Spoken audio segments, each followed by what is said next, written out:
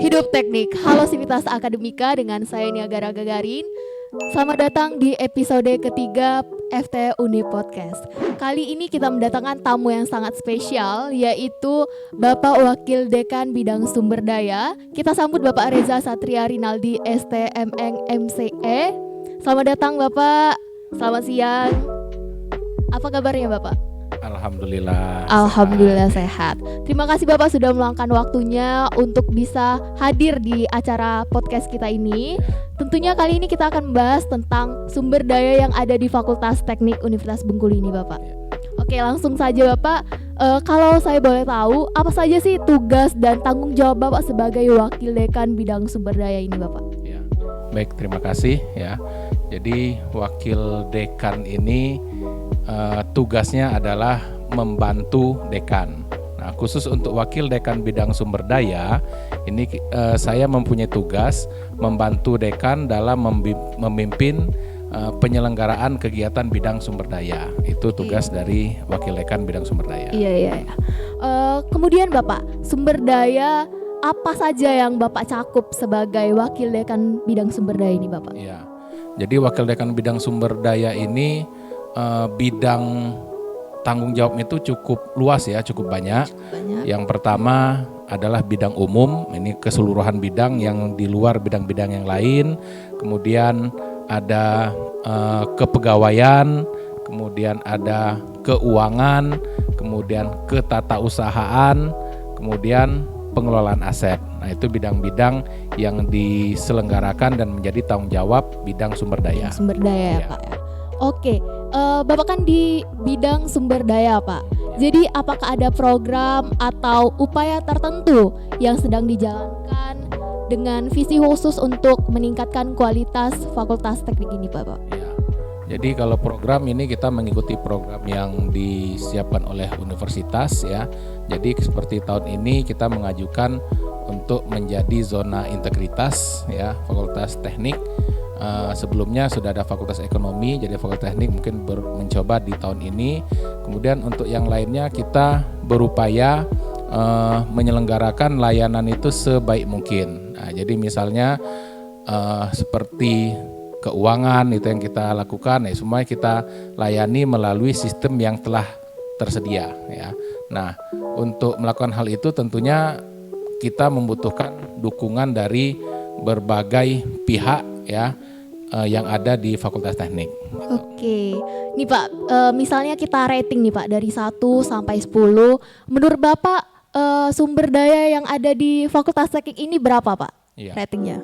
Oke, kalau di rating ya sumber daya ya mungkin kita harus akui sumber daya kita belum terlalu baik ya. Kalau rating dari 1 sampai 10 ya kalau kita jujur menilai ya di rating 7 lah. Oh 7 ya Pak ya. Oke, menurut Bapak dari rating 7 itu gimana sih kondisi sumber daya yang ada di Fakultas Teknik tentunya Pak? Oke, sumber daya yang dimaksud di sini kan bukan hanya sekedar sumber daya manusia ya, tapi juga sumber daya yang lain seperti fasilitas, sarana dan prasarana. Nah, untuk sumber daya manusianya untuk di sebuah perguruan tinggi kan terbagi dua ya. Jadi ada tenaga pendidik, ada tenaga kependidikan. Untuk tenaga pendidik di Fakultas Teknik ini sudah cukup lumayan ya. Jadi ada sekitar 14 orang itu yang sudah doktor. Nah, karena kita fakultas baru dan tenaga pendidiknya atau dosennya itu juga masih muda-muda. Nah, mungkin yang guru besar belum ada. Jadi kita di Fakultas Teknik ini ada 79 orang dosen pada tahun 2022 ini. Nah, kalau untuk dosen itu sudah cukup memadai ya dan bisa dikatakan sudah cukup baik untuk tenaga pendidik atau dosen. Nah, yang masih kurang kita ini di tenaga kependidikan ya. Tenaga pendidikan kita untuk satu fakultas. Nah, Fakultas Teknik ini termasuk yang paling sedikit ya. Kita hanya ada 29 orang tenaga kependidikan ya. Dari 29 orang itu 15 orang itu adalah PNS dan 14 orang tenaga non PNS ya. Nah, dari sisi umur, nah ini di Fakultas Teknik untuk tenaga pendidikan kita ini sudah umurnya sudah hampir mendekati pensiun sebagian besar ya. Sedangkan kita belum ada penambahan sumber daya yang baru. Nah, jadi kendala kita yang terbesar adalah di tenaga kependidikan, yaitu kurangnya sumber daya manusia karena belum ada penerimaan atau perekrutan pegawai baru yang ditempatkan di Fakultas Teknik. Oke, tentunya Bapak menjabat sebagai Wakil Dekan Bidang Sumber Daya ini mempunyai tantangan kan Pak? Ya. Nah, jadi apa saja sih tantangan yang Bapak telah hadapi? Kalau tantangan itu ya cukup banyak ya, dan itu pasti akan kita alami terus ya. Tantangan yang paling utama yang seperti saya sampaikan tadi itu dari segi sumber daya, khususnya tenaga pendidikan yang kita orangnya sedikit ya, sedangkan pekerjaannya banyak ya. Jadi kita harus bisa mengoptimalkan sumber daya yang ada untuk melakukan pekerjaan-pekerjaan yang ada di Fakultas Teknik ya. Jadi kadang satu pekerjaan itu ya tidak bisa juga dari pimpinan seperti saya Wakil Dekan Bidang Sumber Daya hanya sekedar saya disposisi, tidak bisa. Kadang harus turun tangan langsung ya. Turun tangan langsung ini bukan karena tenaga pendidikan tidak mampu, tapi masalahnya ada orangnya kurang ya. Sehingga tantangan di situ, sehingga saya selaku Wakil Dekan Bidang Sumber Daya tentu harus menguasai juga sejumlah teknis-teknis pekerjaan yang saya juga harus turun langsung mengerjakannya. Oke, Gitu, ya. Berarti itu tantangan yang telah Bapak hadapi ya Pak ya? Untuk di bidang kepegawaian. Iya. Tantangan yang besar sebenarnya ada lagi kalau di teknik ini, itu dari sisi anggaran. Anggaran kita masih terbatas. Nah, gimana kita bisa mengoptimalkan pelaksanaan kegiatan dengan keterbatasan anggaran yang ada. Dan alhamdulillah mungkin bisa dirasakan sendiri ya, dengan anggaran yang terbatas kita secara bertahap tapi pasti kita terus melengkapi sarana dan prasarana ya, sebagai contohnya kayak studio kita ini ya, jadi kita upayakan lengkap dengan keterbatasan yang ada. Tuh. Oke, seperti yang kita tahu ya Pak ya, kita akan masuki ajaran baru.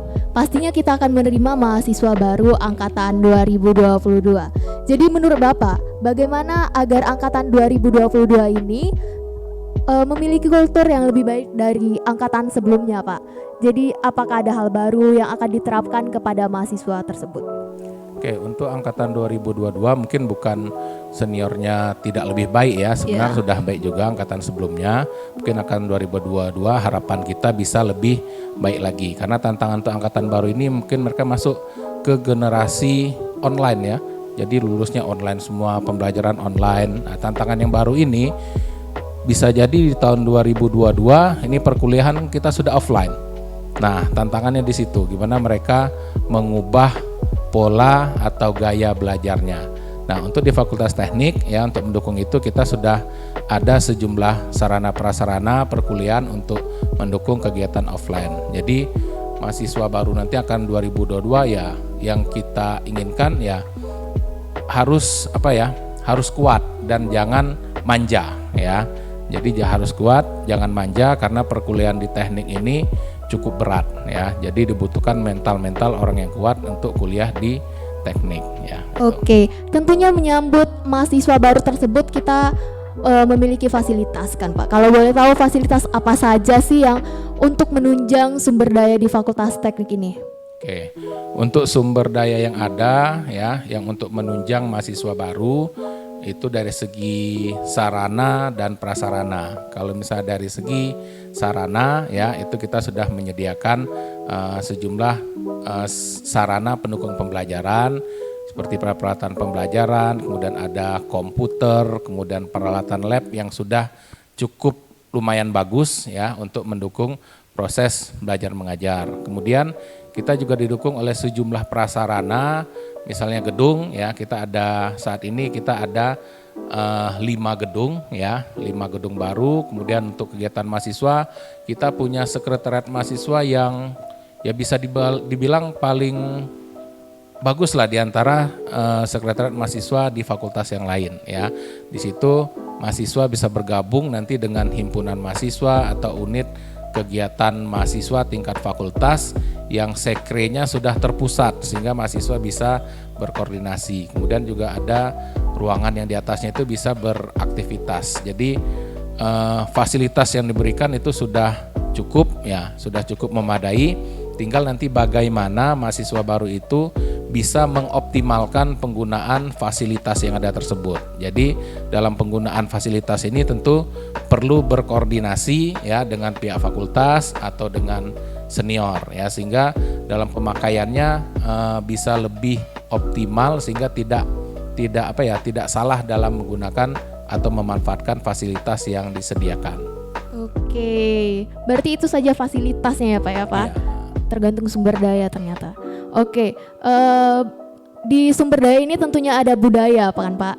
Jadi budaya apa sih yang harus diterapkan di lingkungan kampus kita agar menghasilkan sumber daya manusia yang baik, open-minded, dan dapat bersaing secara global Bapak? Ya, budaya yang dikembangkan di sumber daya ini kalau saya menerapkannya itu pertama jujur ya, itu yang paling utama ya, budaya jujur, kemudian tanggung jawab ya, kemudian dengan adanya tanggung jawab itu kita tahu kalau kita tidak melaksanakan, nah kita punya tanggung jawab bukan hanya terhadap manusia tapi tanggung jawab kita terhadap Tuhan ya, terhadap Allah. Jadi kalau kita tidak melaksanakan pekerjaan itu tentu ada konsekuensinya ya. Nah kemudian budaya yang berikutnya adalah kerja keras. Kerja keras ya Pak ya. Kerja keras. Jadi kita harus kerja keras dan tidak mudah menyerah ya. Jadi kalau misalnya ada satu pekerjaan yang terlihat sulit ya, mungkin kalau tidak dikerjakan tidak akan bisa. Maka sesulit apapun pekerjaan itu harus dicoba dulu ya, dikerjakan. Insya Allah yang tadinya sulit kalau kita sudah lakukan, laksanakan, kita biasakan, insya Allah dia akan menjadi lebih mudah. Jadi budaya yang utama itu jujur, tanggung jawab, kerja keras. Jujur, tanggung jawab, kerja keras. Oke. Pertanyaan yang terakhir nih ya Pak. Menurut Bapak, apa sih upaya Fakultas Teknik dalam meningkatkan sumber daya yang ada di Universitas Bengkulu ini Bapak? Ya. Jadi dalam meningkatkan sumber daya ini baik itu sumber daya manusianya maupun sarana prasarana ya, kita sudah memfasilitasi ya dalam bentuk anggaran ya, anggaran kegiatan misalnya untuk dosen. Nah, jadi kan kalau saat ini mungkin ada keterbatasan untuk dosen-dosen yang ingin lanjut studi ya, mungkin yang kesulitan untuk mendapatkan beasiswa dengan berbagai faktor, terutama faktor umur mungkin. Nah itu kita akan upayakan untuk memfasilitasi ya untuk pemberian bantuan beasiswa misalnya untuk dosen studi lanjut. Kemudian untuk tenaga pendidikan, kita selalu mendorong tenaga pendidikan untuk mengikuti sejumlah diklat, workshop atau pelatihan untuk meningkatkan kompetensi, dan itu sudah kita anggarkan juga. Nah kemudian untuk sarana dan prasarana, di sini kita mengoptimalkan anggaran yang ada, kita lengkapi sarana prasarana mulai dari yang paling dibutuhkan dulu ya. Paling tidak dengan sarana prasarana yang ada, kegiatan utama itu bisa berjalan. Kemudian kita upayakan dari prasarana dan sarana yang ada itu kita juga bisa menghasilkan pendapatan. Misalnya ada sejumlah fasilitas yang mungkin bisa kita optimalkan untuk layanan untuk masyarakat umum, misalnya di laboratorium, dan sebagainya. Ya Pak ya. Oke, mungkin itu saja podcast episode ketiga ini. Terima kasih Bapak sudah meluangkan waktunya untuk datang. Semoga pekerjaannya lancar, berkah ya Pak ya. Amin. Oke, Sivitas Akademika, saya Niagara Gagarin pamit undur diri. See you on the next episode. Hidup Teknik.